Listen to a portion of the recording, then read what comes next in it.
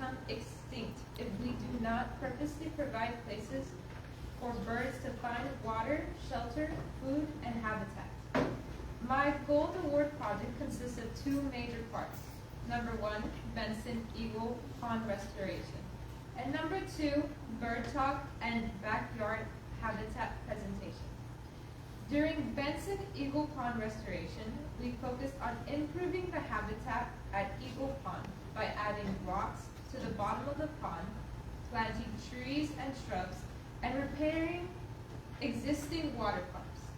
It was definitely a challenge in the heat, but we pushed through, and now we've created a beautiful space for birds to find food, shelter, water, and habitat.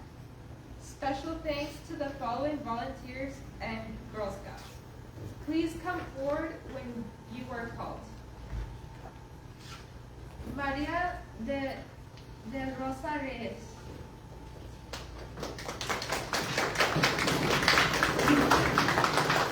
Rodolfo Garza.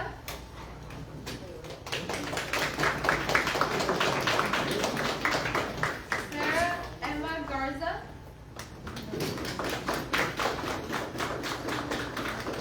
Genesis Isabella Garza.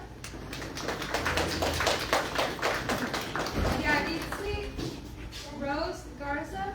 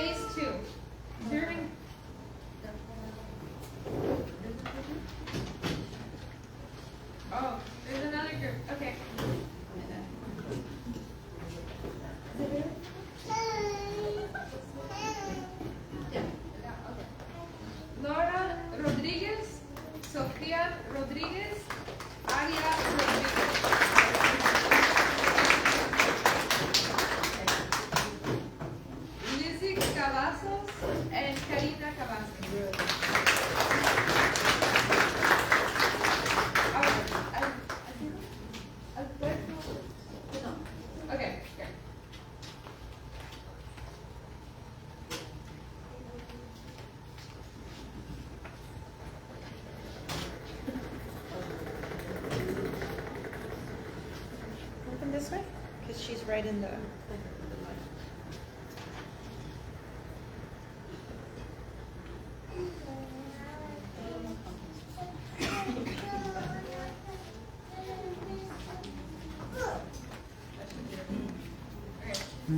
Today is phase 2.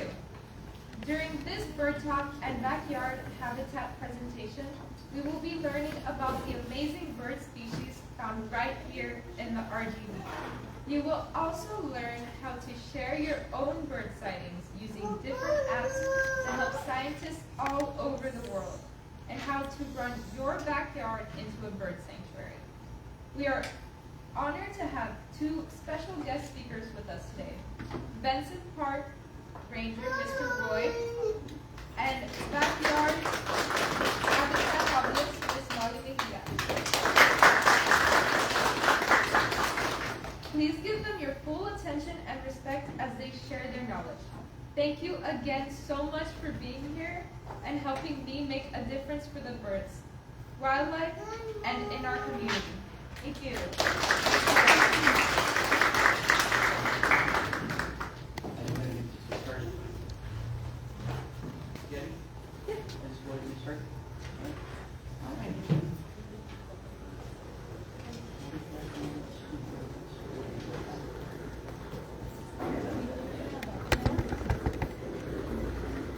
Okay, good morning everybody. How are you doing today? Thank you all for inviting us. My name is Roy Rodriguez. This is Linet Castillo. We are park rangers over at Bentsen-Rio Grande Valley State Park and the World Birding Center. We work for Texas Parks and Wildlife Department. Okay. There is about 88 state parks in Texas. We have 4 of them down here. If you count Roma all the way to Bronzeville, so we've got 4 state parks down here. So if you've been to Garner or Big Bend, you know, same group. We have multi-use activities in our park. We provide programs. We never close. We're open every single day.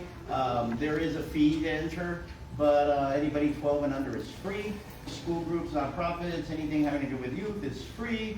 And so we always try to provide something for the public. I am from FAR. I grew up hunting and fishing with my family, my uncles and my dad's friends, and you know, we developed a love, you know, for the wild places, the monte, you know, the fish, the animals, the older people who had all the great stories, you know, and connected us, you know, with the land. And so, you know, I'm really proud to be here to talk to you a little bit about some of the stuff that I do, and in particular my focus with birds, and how those birds and the tourists have really affected our community in a positive way.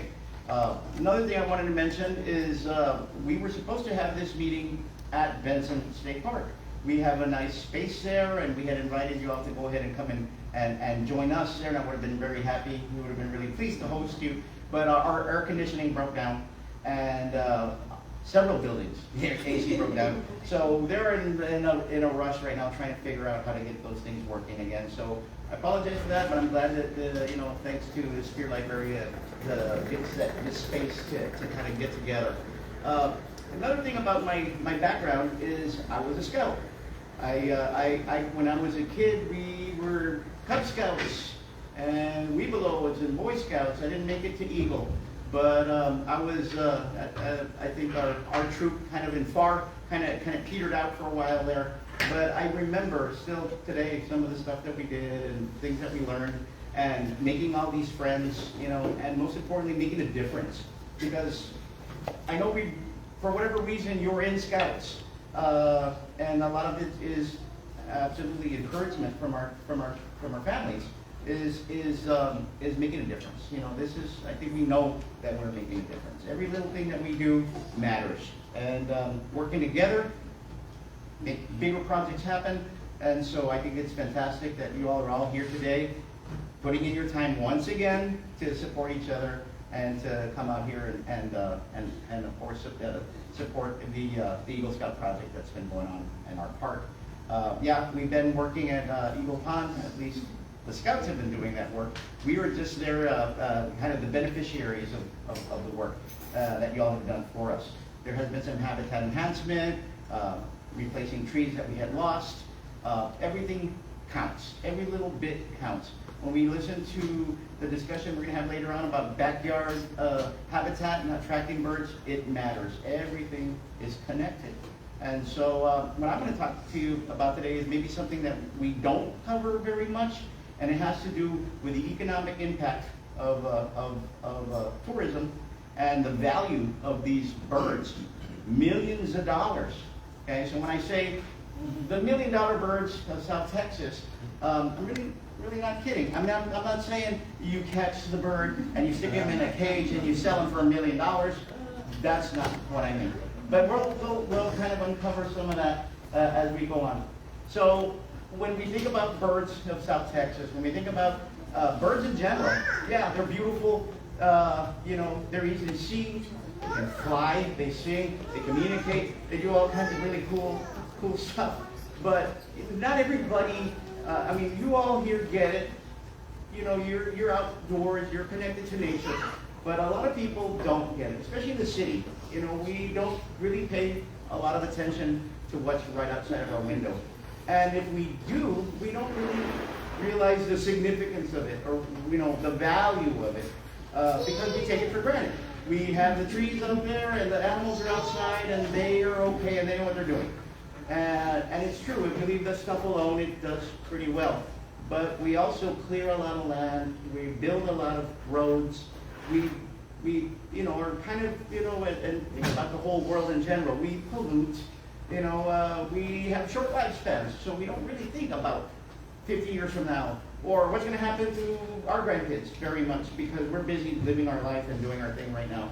And so people like the people in this room get it. You all understand that there is a connection from the water and the air to our health and our well-being. And of course, being outside does something for us. It calms us, and we all need a place to be able to get away, relax. And birds are an excellent hook, a real excellent way to get you or your friends or anybody into nature, because they're easy to see. You'll find them everywhere. There's pretty much birds everywhere on the world. I'm trying to think, except maybe the South Pole. Now there's plenty of birds in Antarctica, but the South Pole, probably no birds there. North Pole, no problem. They even spend the winter up there. So birds are amazing. They're adaptations, right? So the valley's an interesting place.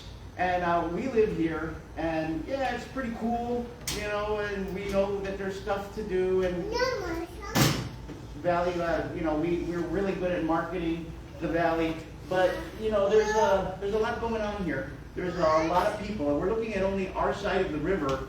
We're looking at over 1 million people, maybe about the same number in the Mexican side with all the maquilas and everything on the border. So we're looking at maybe 2.5, maybe 3 million people out here on the last 140 miles of the river. Everybody using the same river water, because all the water that we use down here comes from the Rio Grande. We don't really pump a lot of water out of the ground. We don't really desalt or desalinate the ocean water. We are basically dealing with whatever water comes down from Mexico. The water in the river doesn't come from Colorado anymore. That kind of all peters out in Big Bend. And Mexico releases water as per an old agreement, an old treaty. So that's a lot of people for not a lot of water. We've been farming for a very long time. And the area out here is excellent for farming, because when you're in like Mission and all the way to Brownsville, when the river was wild, it would flood this whole area. So we are not a valley. There's no valley here. You all know what a valley is. This is not it. We are a floodplain. We are a delta. But the valley sounds really good. And it's an excellent way to sell land. And they would sell land to Midwesterners 130 years ago and call it the Magic Valley, and the name stuck. This is why when you talk about our area, they call it the Lower Rio Grande Valley, because their true Rio Grande Valley is the rift up there in Big Bend.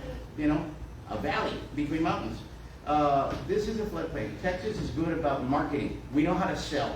We know how to sell everything's big in Texas, and don't mess with Texas, and Texas and their mystique, right? We create our own mystery, and it is an interesting place. And I think a lot of us here are proud Texans, and not just proud Bayucos, you know.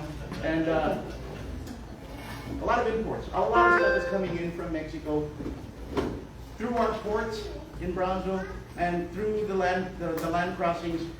Billions of dollars in business and exporting as well. And of course, the sporting stuff. I mentioned fishing and hunting. It's a big industry here as well. We have, 90% of the shrimp consumed in Texas is caught in Texas waters.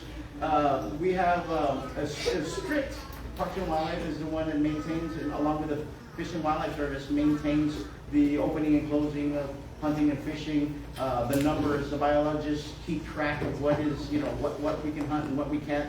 And as they take a census out there, so that's the biologists' work, and the people in our agency do that stuff.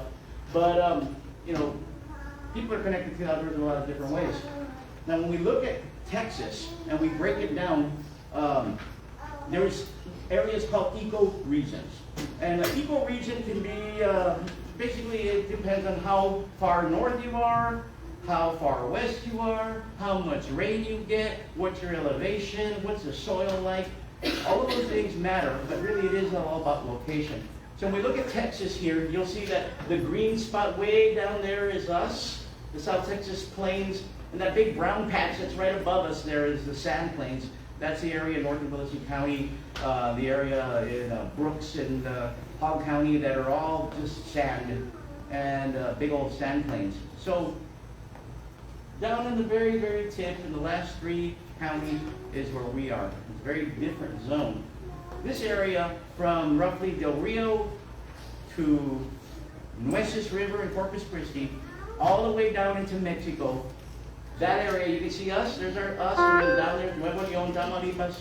This zone, this ecological region is called the Tamaulipas Biotic Province.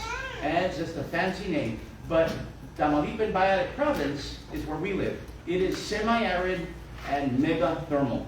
And again, weird words, semi-arid, it's kind of like a desert. It is, unless we were on the river where all that nice dark soil is, and this is the old monte, the cities. Look in our backyards and we have that nice dark dirt that was from the old flooding. If you go north where the sand is, go west where the rock is, go east where all the salt is, you're not going to get what we get right here along the river. But it's mostly gone. The whole province, though, itself has kind of the same rainfall and a whole lot of diversity. So they call it the biological crossroads of the Western Hemisphere. If you look at this map, and that circle is us, the temperate zones are the areas that get snow, they get ice, right? San Antonio to the north. The tropical zones are anything south of the Tropic of Cancer, which is about 350 miles south of us, in the true tropics, where it never snows. To the west, when you go in a line in this picture, west is to the left, you can see the mountains are right there. So you would Nuevo León and the Sierra Madres and the eastern Sierras that run all the way down, further and further, getting closer and closer to the Gulf. And that all that plain that you see there, all that area below us and above us is cold, below us is hot, to the west there's mountains, and to the east it's the Gulf of Mexico. Yeah?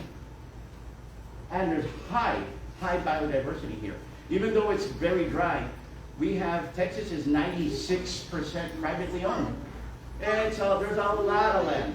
There's a lot of monte out there. And so the ranchos, this could be anywhere. This could be Mission, this could be La Jolla. This is stuff I'm pretty sure a lot of us are familiar with. All you have to do is go out there and look, and you will find wildlife, because there's a lot of areas that are still private. We live in the cities, and the cities, there's not a lot left.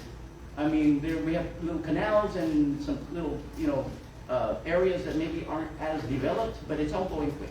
It's all going very, very quick. If you grew up here, like I did, and I'm probably the oldest one in the room here, but if you grew up like I did, the montes used to be everywhere.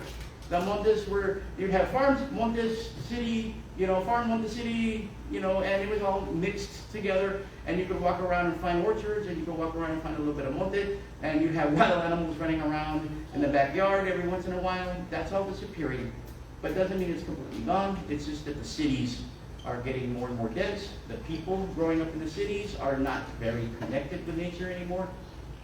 You are, but you're making an effort. It's there.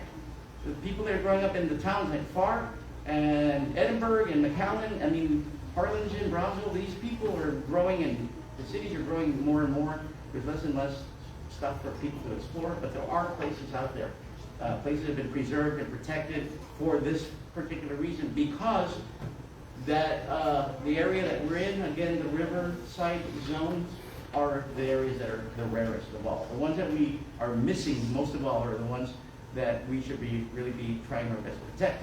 So here you can see a picture of the Gulf, and there is you can see these things moving through there. We are on 2 migratory flyways. So when the birds are migrating south in the fall and north in the spring, they're using flyways that they've been flying that way, and those same directions and the same paths for hundreds of thousands of years. These birds are hardwired. They're born already knowing instinctively which way to go and when to go. And so we have the Central Flyway and the Mississippi Flyway all come right through the Rio Grande Valley. A lot of these birds will not fly over water, so they have to come over land, and millions, sometimes billions of birds will fly right overhead. A lot of these are flying at night. The little ones during the day, the bigger ones are flying. And they come right overhead, and a lot of us are not even noticing that it's happening. But we are in a very important spot in North America. We're in a very important spot for birds. We're in a very important spot for wildlife. And there is nothing else in the world like it. Next. So, what are the things that are flying by? From as far north as Alaska and British Columbia, there are birds that nest way up high in some of those northern climes, in some of the northernmost forests. But they are insect eaters, these little guys here. They like little caterpillars and worms and little bugs. Well, when it's wintertime up there, and it's snowing and it's covered in ice, there's no bugs, there's nothing for them to eat. They're not going to hibernate and go to sleep for 6 months, right, or 4 months. They migrate. So when it's starting to become fall and winter, they'll take off south into Central and South America, where closer to the equator, it's kind of like springtime all year round, right? So they're sharing with the local populations that are there. These things migrate back and forth. They need places to stop, places to rest, refuel, and then keep going. They need a safe passage, and of course, humans make it difficult, but nature in its own way still makes it difficult. There's storms, there's disease, there's sometimes lack of food. When they have a good year here, it might be a bad year down there. Their life isn't just kind of predicated on being able to have food here and habitat here. They also must have that when they spend their winter. So all these little places along the path are important, and anything we do to provide something for them, planting a tree that attracts those bugs, is going to be really beneficial. So here's another picture. Again, you can see a lot of the mountains. We have over 1,200 types of plants and trees in the Tamaulipan Biotic Province. Now, even though it's a dry area, and it's kind of, like I said, semi-arid and megathermal, that just means it's a desert and it's super hot. But it's so warm that you can grow stuff year-round. This is why they knocked everything out to put farms here 130 years ago, because it was perfect for farming. There was water at the river, the soil was really good, and you could farm all year round. It's not like that anymore. We don't farm the way we used to. When I was a kid, there was maybe 80, 70, some different crops. All sorts of different things. The railroad, Business 83, you guys see the railroad all the time. Notice there's not a lot of stuff on the railroad, but you see footprints of what used to be big warehouses, and the broccoli house, and the onion house, and the tomato house, and all the fields, and everything would come out along the rail and go on the ships, and it'd go north, and we were feeding America here, right? And that's changed. But what we do have still is we still have that high diversity. If we look at, for example, 300 different butterflies, I'm talking about 4 counties, right? I'm not talking about all of South Texas. Just Willacy and us and Cameron and 300 something butterflies is more than the entire state of California. So think about that. And California is huge, right? They have a lot of different habitat types. Our 4 counties beat them, and that's just 4 counties. Okay. So again, speaking about diversity, right? We have, these animals are very resilient. They don't really need a lot. And if you have the right habitat, then they'll be able to find all the food that they need that's necessary. All of these things that you see in here are native and common. Now you've probably seen tree squirrels, the big, orange or whatever brown tree squirrel. We didn't have tree squirrels around the field. Those things have been introduced from up north, from Kennedy County. They started coming in from there. That little thing on the bottom, that little tucson, that little tiny squirrel at the bottom left, that's native. The ones that live on the ground, those are the ground squirrels. Now we have tree squirrels. They're new. They're actually new. They eat those little guys. And so I try to control the ground squirrels when I can, but they're here to stay. There's things that have already been established, and we really can't do much about.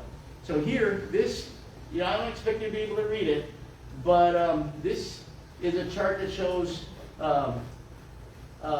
diversity. So on this list here are all the states that have the most birds. In other words, birds that have been seen and documented, that they know that bird has been seen there and it's part of their record. The number 1 state is California with 714 birds on their bird list. 714. Okay? Texas is number 2 with 679 species for the state.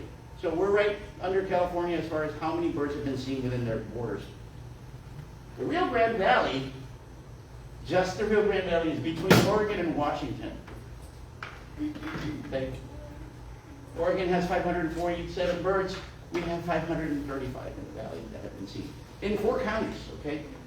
Because things come up from the tropics, things get lost from the ocean, things are coming in over the mountains from out west, there's big fires, they all end up here, and of course the things that are migrating through because of our location, again.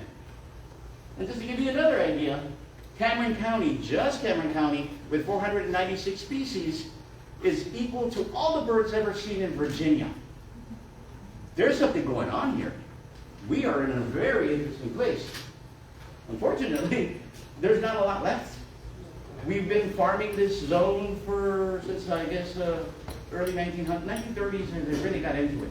But it didn't take very long because the habitat that I'm talking about, the habitat that is the most imperiled down here, is the stuff that's near the river. Because you go north of Edinburgh, it's all the same: monte, mesquite, and sand. Out west, when you get to La Jolla and beyond, well, they're at 400 feet over Rio Grande City. That's rocks and sandstone, limestone. It's barretales. It's a whole different habitat. The area that had all of the flooding, the area that had the best soil with no rocks, was from Mission to Bronzeville, and 20 miles on either side, and that's it. Because that's where you've seen it. You've seen all the farmland. And it's almost all under concrete now, right? But, yes, we've been doing a lot of clearing, and there is not a lot left. Matter of fact, this is what the Rio Grande looks like from above. And I don't know which side is Mexico. It doesn't matter. It doesn't matter. We've all farmed the same way. The Mexicans and on the U.S. side, we've been farming right up to the river, using all that nice soil as much as we can for as long as we can, and it has really changed the area because there's very little wild places left. I mean, you look at the monte, you can see the difference between the farms and the monte there. So very little left. So there is some land that's been protected. The U.S. Fish and Wildlife Service back in 1970s created something called the Wildlife Corridor. So there's habitat protected, 100,000 acres. They're not quite there yet. But from Laredo to Bronzeville, they wanted to have unbroken habitat so ocelots and other endangered species and other animals can move back and forth freely. Look at our bridges. All of our bridges, we have like 13 bridges going to Mexico? Look at our bridges. None of them are on the ground. They're all raised up, right, into Mexico. That's so animals can move back and forth underneath, right? we're trying to give the wildlife corridor a chance. There's a lot of towns and roads between that, but the more you go explore along the river, you'll see that there is places that are still pretty wild, and we've done our best, you know, to keep the spirit of the wildlife corridor going. But today, there's a lot of changes happening, you know, as we know, which we won't get into. But here, let me read you this. Tamaulipan brushland is a unique ecosystem found only in South Texas and northeastern Mexico. Many plants and animals occur here that are not found anywhere else in the U.S., as a matter of fact, anywhere else in the world. Since the 1900s, 95% of the native Tamaulipan brushland has been cleared for agriculture, urban development, recreation, and in the riparian areas, which is the riverside, riparian just means riverside, 99% of the native brushland has been destroyed. Today, you talk to Fish and Wildlife Service, they'll tell you there's 2% now. And I'll give you a picture right here. Okay, this is the 1970s, probably mid-70s, late 70s. I want you to look right in here at these green spots. The yellow line is the Rio Grande. Squiggly yellow line. That's us, right? Here's McAllen, you can see. This is the Rio Grande. Look at that green spot here. All these little green spots. All of these are protected habitat. They're wild places. You can tell just from the satellite image that they're green. There's trees there. Switch to now. Okay? Now go back. Keep doing it, back and forth. We have more habitat now than we did in 1970. Because the Fish and Wildlife Service bought the land because people have been, like yourselves, have been spending 30 years planting trees for them during the Rio reforestation that they do every October. Because people knew that people wanted this, or else it wouldn't happen. Now look at the Mexican side, and I got nothing bad to say, but look at this. Go back and forth on this. Again, go back and forth. This is cement. Go back and forth. Reynosa has become a huge company town. I mean, Reynosa, Matamoros, that's the maquilas right there. They don't even bother with trees, you know. Everything is cement. So they do have a problem when it rains. Runoff becomes a problem. Flooding becomes a problem. But we get greener, and they get less green. The priorities, what are the priorities? Again, maybe it's because of the way the government treats land over there. Maybe it's because the lack of personal ownership of property that they don't have, that we do, that we get to enjoy here. Okay. So according to this bald eagle, 51 million people go bird watching. How do they figure that out? They don't count bird watchers. Okay? They count how much bird seed they sell. Stuff on that table. How many bird feeders? How much bird seed is being sold? When they start looking at the tonnage of stuff that they sell, that gives them an idea how many people are feeding. They are assuming that if you're feeding birds, you're watching them, right? You're enjoying the birds, right? You're drawing them into your backyard so you can kind of check them out. And it becomes more than just a backyard pastime. It becomes, for some people, a hobby, an avocation, an obsession. Because I've been doing bird watching as a guide. I started out, again, hunting and fishing, but I became a bird guide about 30 years ago. And I've been birding all over the world. Okay? Before I got married, and I got to live like a rock star. Never was home. Via airports and vans and sleeping in somebody's backyard because I was guiding. We were taking people to Mexico, and we did all of Mexico. We were doing all of North America, Alaska. We're going to Asia because we were chasing birds. Tourists would pay money to see a bird in its habitat in the wild. We're not talking about zoos. Anybody can go to a zoo. That's great. But to go see the animal in the wild, where it lives, how it lives in its natural state, becomes the hunt, becomes the thing. Now, this is not a picture of the valley, but this is how it looks sometimes with all the tripods and all the telescopes. But this is us. 300,000 visitors every year. Not talking about spring breakers. I'm not talking about hunting and fishing. This is just nature enthusiasts, photographers, butterflies, birders, right? And they're spending a lot of money. And if you look at the top 10 bird watching sites in the United States, and again, there's a lot of Americans with disposable income, right? They want to travel. They don't necessarily want to leave the country. they're going to go all over the country to find those birds, right? And so they have different ways to do that. They have their guides, they have their books, they have the online stuff. There's eBird and iNaturalist and a whole bunch of cool stuff that you can do now that we'll talk about later on. And the Rio Grande Valley has their own books, they have their own maps. We are, like I said, out of the top 10 birding spots in the country, 3 of them are down here. So that says a lot about just our location and who we are. So I'm going to show you a few birds, one by one. We're going to start by looking at some of the birds, maybe from west to east. Now you've gone to the park and you've seen these big ducks with all these red bumps on their face. They're called caruncles. And those ducks are called the scobies. But there's a true wild one that came from Mexico. And actually, you'll see these ducks all over the world, but they originated in Mexico. They call it the pato real over there, the real duck. But it is a huge, almost like a goose. It lives in a tree. These are tree ducks. They have claws so they can climb in and out of their tree hole. And their little babies jump out of the hole and, land 100 feet down and don't even hurt themselves. These ducks, the males are usually bigger than the females, and this is where they live, okay? This is where they live. So if you look at the map, again, we were talking about the Tamaulipan Biotic Province, basically from Del Rio Laredos all the way to Corpus. All of this area here is the zone that we live in, okay? I want you to keep an eye on that little border map. Next bird. Chachalaca. We're really lucky because we have all the loud birds in the valley. And Chachalaca is one of them. And if y'all ever heard them, they're really, really loud. But the males and females are actually singing a duet. The males sit up a little bit higher than the females. They get lined up in the sun, and he'll go cha-cha-cha, cha-cha-cha, cha-cha-cha. And the female responds,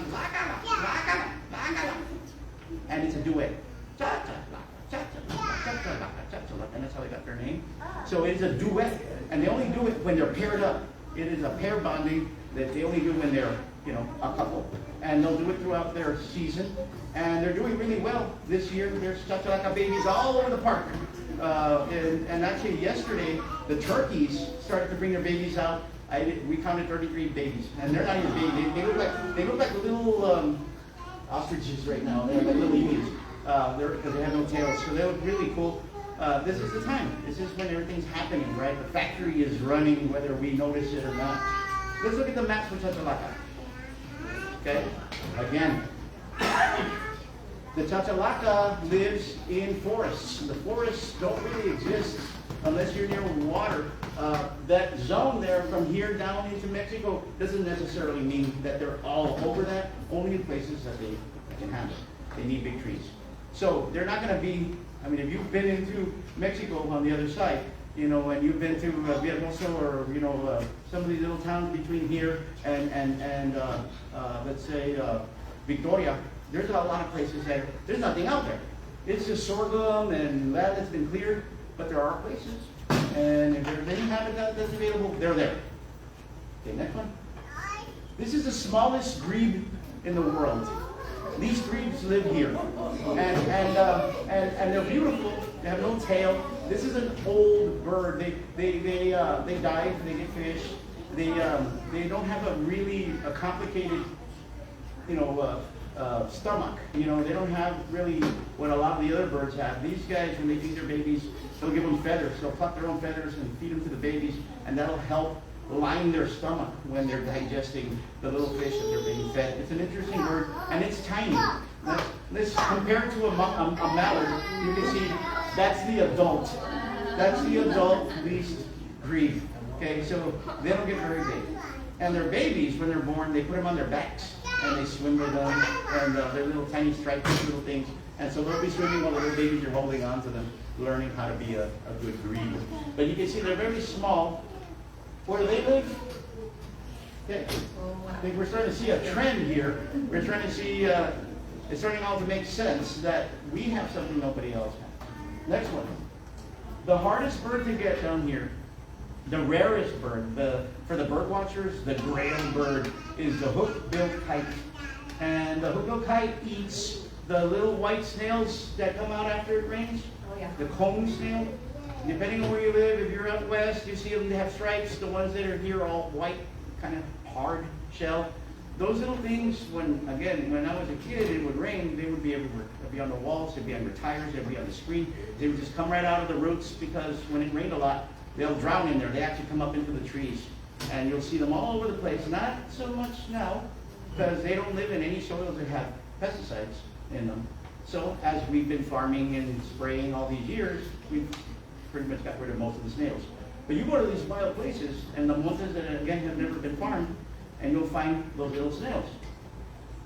And you can see him carrying one right there. They love to eat those snails. The hook-billed kite has a sharp point on its beak, and it can actually pull the snail out without breaking the shell. And so if you find a hook-billed roost, you'll find a pile of shells that are unbroken. So they really do depend on the snails, but if they don't have snails, they'll eat other things. But it's a very rare bird in the valley. So this is hook-billed kite. The range is very small. It's basically Hidalgo County and part of Starr County, and that's it in all of the United States. You're a serious bird watcher, and which there's a difference. We call them bird watchers, or the people that are, they're watching birds. They're in the backyard. Birders are serious. Birders will go more than 50 miles from home to go chase a bird. Well, the serious birders will get on a plane, and they'll come and they'll take a vacation here, so they can try for this thing and all the other things I'm showing you now. This is the Paloma Arroyera de Arroyo. We used to call them cinnamon doves. And underneath their wings, they have cinnamon color. This is the white tip. It's here year-round. We have 6 different kinds of doves down here. We count the pigeons. So there is a lot of different diversity as far as doves. But this is a forest bird, and it only likes to be in cover. So if you don't have cover, at least bushes this tall, you're not going to have this bird. And again, this one does make it a little bit further north. You can find, because they can handle some scrub. So we'll find these pretty much all the way up to Corpus and that zone. But it's truly a South Texas bird. Now this thing, I think we've all heard them. There's a lot of different things. There's parakeets, which are the little ones, and there's the parrots, the ones that talk, right? The big Amazon parrots. This bird is the red crown. This is the Tamaulipeco. This bird only is found in Tamaulipas and part of Nuevo León.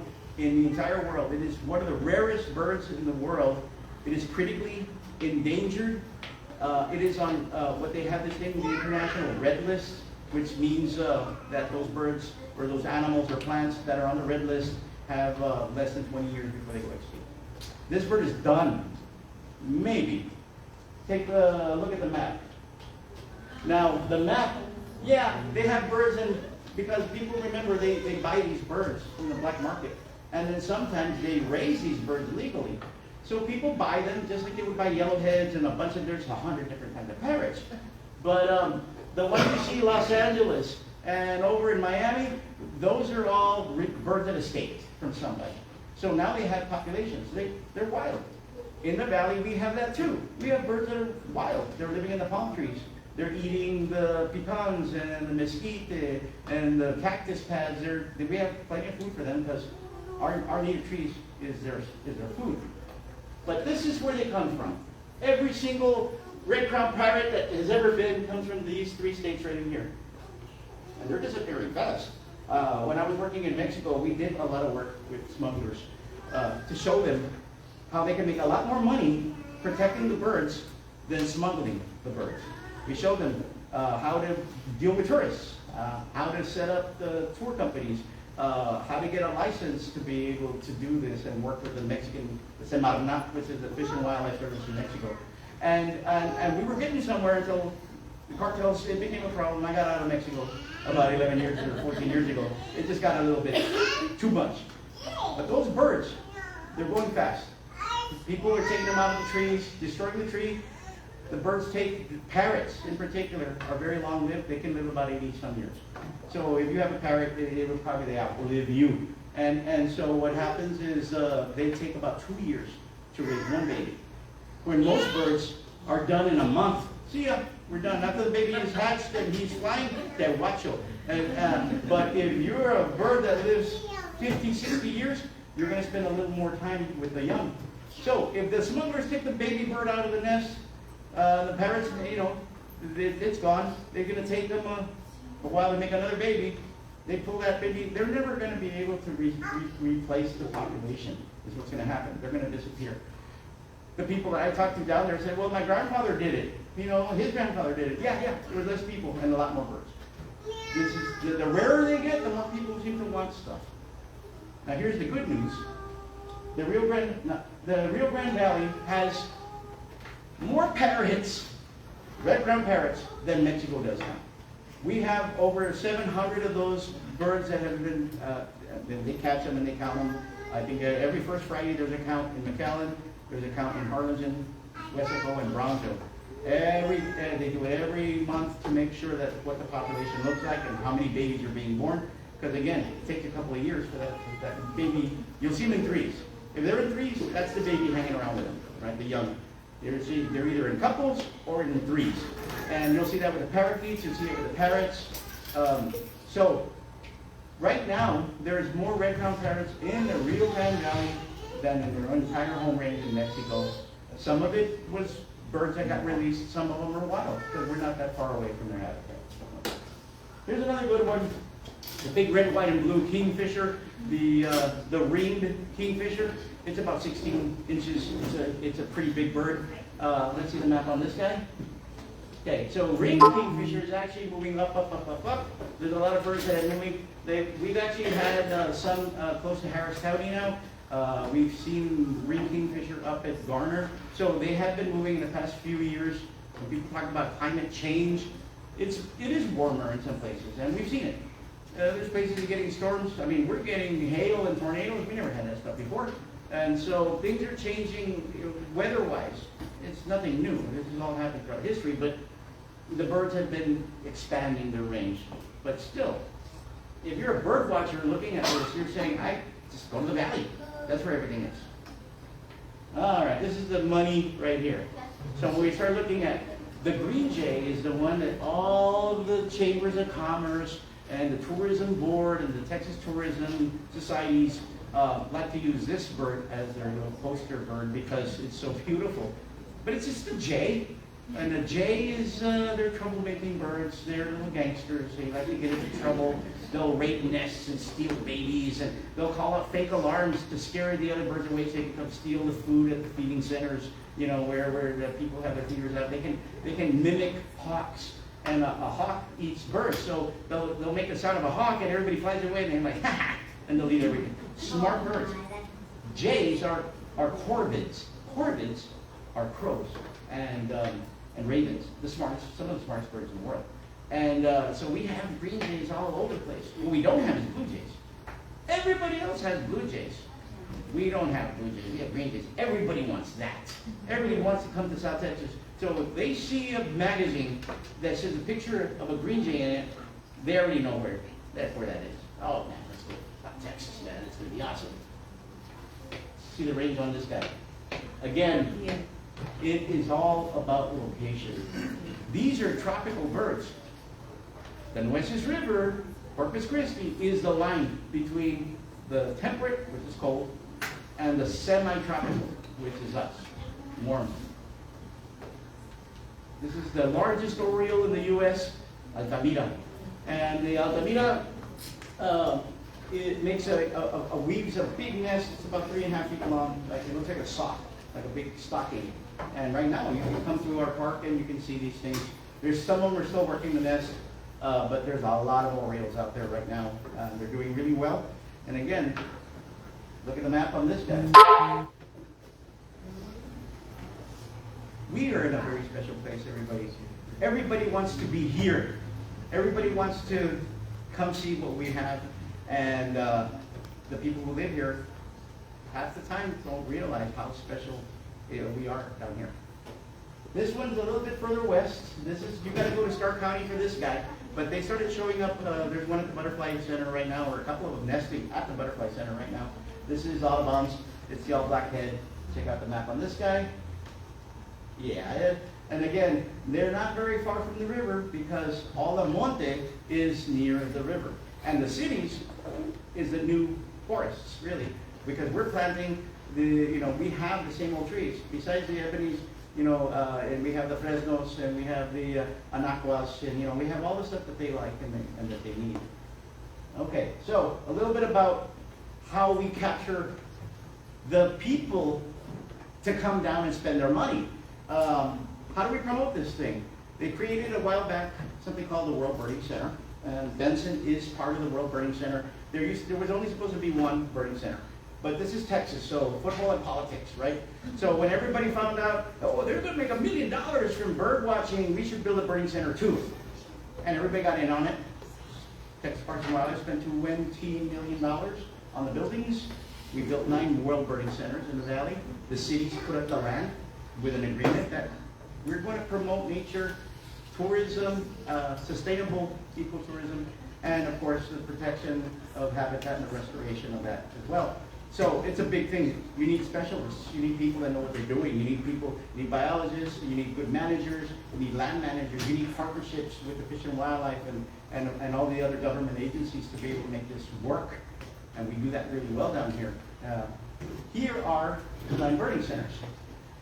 So from Roma, which is run by Fish and Wildlife, you've got Benson, we have the Saca de la Palma in Brownsville, and we have Estero Llano in Mexico. Those are all state parks, so those are state run, and everybody else is city.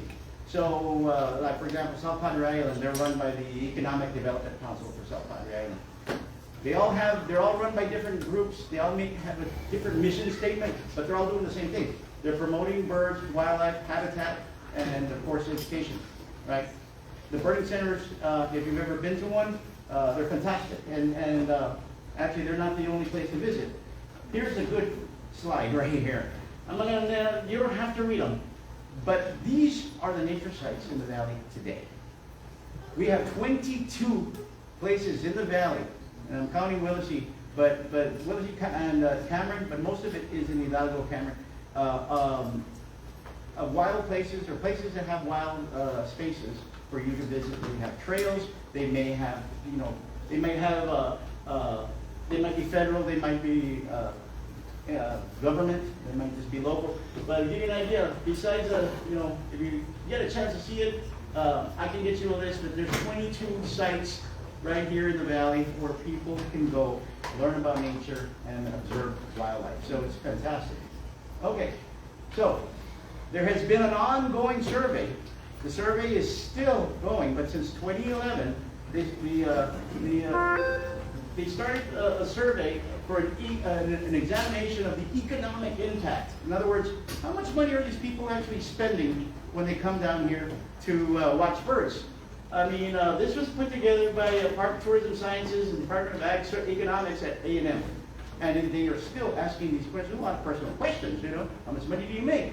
And, how much did you spend? And where did you stay? And who came with you? And where did you eat? And, well, how did you get here? Did you fly? Did you drive? What's your zip code? They're asking these questions because they want to have a good idea of who's spending the money, who's coming down here, and what are they doing when they come down here?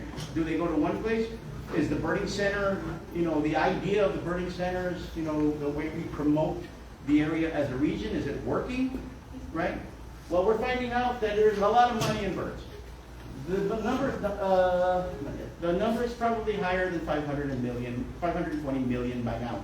These are people coming in, they fly in, they rent a car, they rent a room, they go eat at our restaurants, right? They go buy stuff at our stores, they go to the Walmart, they spend money on guides sometimes, but they're spending on average $400 to $500 a day for their tourism. And they're spending about 5 to 6 days here. And there's 300,000 of them. The math isn't that hard to do, but they needed to get these numbers to get it straight. There's a lot of money in birds, and all you got to do is kind of leave the birds alone. We might not see the impact, but the impact is there. At the restaurants, again, where sometimes that birding season, when the winter Texans are here and the birders are traveling down to see something, they do make a big impact. So, that's just the birds that everybody knows. That's just your regular green jay, right? Your regular Altamira Oriole. Every once in a while, though, you get something really rare. And when I mean rare, it's either rare that it has never been there before, it's lost, it's off course, or rare that, there's not a lot of them left and they could be endangered or threatened. But in our case, a lot of the rarities are birds that are way, way off track. They're completely lost. And they end up here, and because there's a lot of birders down here, they find them. So, American Birding Association has created a code system for rarities. Code 1 is a super common bird. Code 1, I don't know, grackle, house sparrows, the godson, the big great blue heron, that's everywhere in the U.S. Red-winged blackbirds, those are category 1. You have no problem finding them. They're easy to get. You go outside and find them. And a category 6 would be extinct, all right? It's gone, right? There's none left except maybe in a museum. But a category 5 bird is something that has never been seen here ever, or has only been seen once in maybe 30 years. Those are rare. And when something rare like that happens, the crazy bird watchers go wild now. And take a couple of 6 days, jump on a plane and go to Texas. And they come down here, and we get a lot of those. So, to give you an example, sometimes we call them one-time wonders, but these are true money birds. There's a bird that showed up. There it is on the cover of one of the magazines. This Code 5 bird. One of our locals, Dan Jones and his wife, discovered the first and only U.S. record of the white-crested Llano. Now, it looks like a little flycatcher there, but if he faces you, he looks like he's been shaved down the middle, so he's got these little horns sticking up like that of feathers, right? Tiny little thing. It only lasted 2 days. I was there. It was on South Padre Island. We were all there. And there was people there for weeks, hoping it would still come back.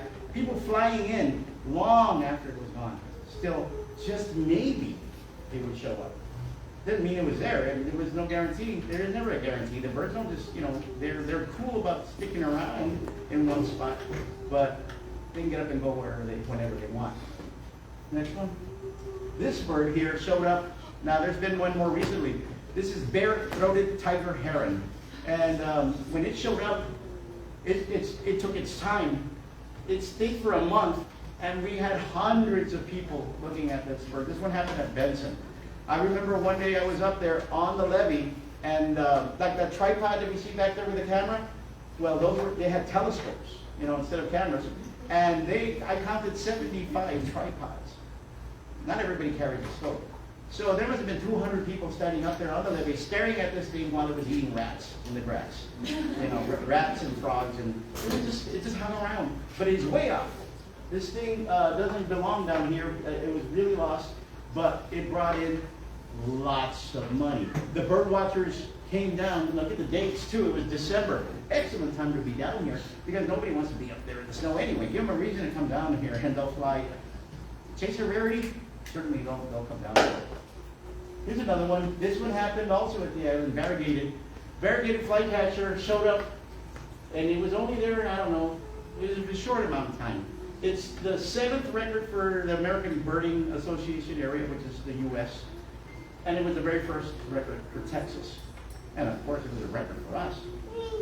The valley has 536 birds now, right? So like I said, I was showing you earlier, that's a lot of stuff going on. That rarity brought people in.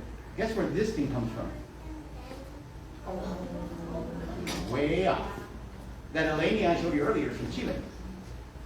This bird is a migrant, but he overshot his migration and ended up in Texas. Who knows where it ended up after that? It probably kept on going. Okay, so some of these are usually male, and they're usually young, and they're usually lost. Something's wrong with their compass. But it brought the birders in and excited them, because just having a new record is something. But being able to see a rarity that you would probably have to fly to South America to get is a fantastic thing, especially if it's down here. All right, and then one of the last ones that we had more recently was the bat falcon.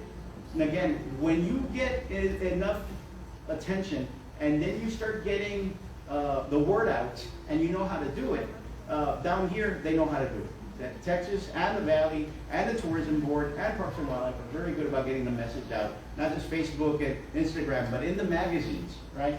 And in the newspapers. So the Bat Falcon showed up, first U.S. record. It's a little falcon. It does eat bats, but it eats whatever it wants, you know, whatever it can catch. When it showed up here, people went wild. It was at Santa Ana. And there were hundreds of people out there looking for this thing that is very hard to find. Whoever got that picture got lucky, right? But there was a lot of people. A lot of people did not get it. I know hundreds of people did not get it, but hundreds did. Okay, and they were willing to spend that money and rent those rooms to come down here, rent the cars to get out there and give it a shot. This is how much birding has become. Like I said, for some people, it's almost an obsession, but this is their thing. Now, Texas Monthly did a story on one of our bird watchers. This is Tiffany. Tiffany is an old friend of ours, and she's fantastic. She's an excellent birder. She's a guide, and she got to get. There's also a competition called the Big Year. If you can see how many birds can you see in 1 year in the United States, and she was able to pay for it because we're talking about hundreds of thousands of dollars. We're talking about many planes to Alaska and Florida and California and back throughout the year to be able to see all these birds. How did she do it? The internet, you know. And now you can get you can get GoFundMe, and people were paying for her airplane tickets and paying for a hotel. So she broke the record. She got the most birds of anyone in history in 1 year. Of course, she got beat the next year, but it didn't matter. She's from the Valley. She's from the Valley, man. And she did it. There she is on the cover of that magazine. Y'all ever watch Shane over here with the Texas bucket list? He comes down here. He did a whole story on Benson and the Benson birds. There he is with our World Breeding Center tag on his car there. Fantastic guy, fantastic show. Again, putting us on the map. People know about us. We might not know about us, but everybody else knows about us. The bird watching has become, said, it's a big deal. There's money. These birds are $1 million birds. Because these people are dumping a lot of money here for us. We might not notice it, but they're out there. And you can tell who they are because they're wearing binoculars. That's what you can tell who they are. And anybody here who's ever looked at birds, you're a bird watcher. Okay? You might not be a hardcore birder, but it doesn't matter. You're in the best place in the U.S. to do it. It's not that hard to do. All you got to go outside and open your eyes. Okay, so we started with this slide, a bunch of people there looking around. But this is one thing I want to leave you with. At Benson, we have been pushing, after COVID, what people came and asked us for was when they realized that they need to get out of the house. I mean, during COVID, I could not find a bike. I wanted to find a bike for my kids. I couldn't find a bike. And everything was gone. Nobody wanted to be at home. Everybody wanted to go outside. People discovered their parks. They started seeing all these nice wild places. Because right now, people like you, the locals, right, the raza that lives here, they know about the parks. They've been to them, right? We're getting the word out together, right? But COVID actually helped because people wanted to get out of the house. And they came to see these cool places. Well, one of the things that people have been asking for is more outdoor skills. They want to know how to make a fire. They want to know how to tie a fishing net. They want to know a little bit about archery. They want to know about kayaking. They want to camp. They want to do stuff with their family, all right? Because they realize that at home, everybody sitting on their machines wasn't doing anything, especially during COVID. And they all decided we need to get outside and do something. And a lot of people, again, city people, we didn't grow up with a lot of these skills. Benson has been doing a lot to try to remedy that. We do have, right now we're not doing a lot of kayaking, but we have a new archery program. I have a lot of new archery equipment, all right? So we'll be doing regular archery. We don't charge for programs. We are going to be doing Dutch oven. We're going to be doing camp crafts, fire. And it's all going to come together in a big event. We're doing it every year. September the 20th on Saturday is our boss event. The Benson Outdoor Skills Showcase. We invite you guys to come help us. I'm pretty sure I'm going to hit you all up to volunteer anyway. So you want some more community service hours, I'm going to give them to you in September. But just want to mention that I do have a few of these flyers that I'm going to leave with y'all so that y'all can share them and put them wherever you want, and then I'll give you copies online. Okay, with that, I want to thank you all for your time and your attention. I hope you pay more attention to the birds out there and you realize that we are sitting on a gold mine, and every one of those birds has more value than just the money that they're bringing to us. There's a lot more to that plant, that butterfly, that tiny little insect. They are all related. They all have a value. They all have a purpose. And and our purpose is to help keep that for our grandkids and for the people that come in the future, so that they can enjoy this as much as we do today. So thank you all for your time. Appreciate it. And I'm gonna let you go there. All right. Appreciate it. Thank you.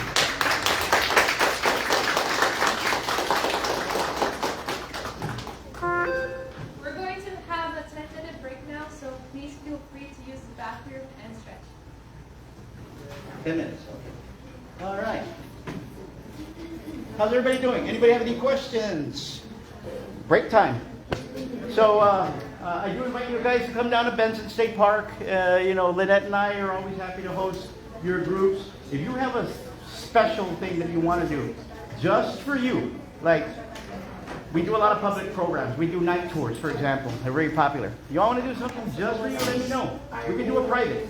Okay? I don't charge for these programs, guys. We only charge for entry fees. So you want to do a family thing, a church thing,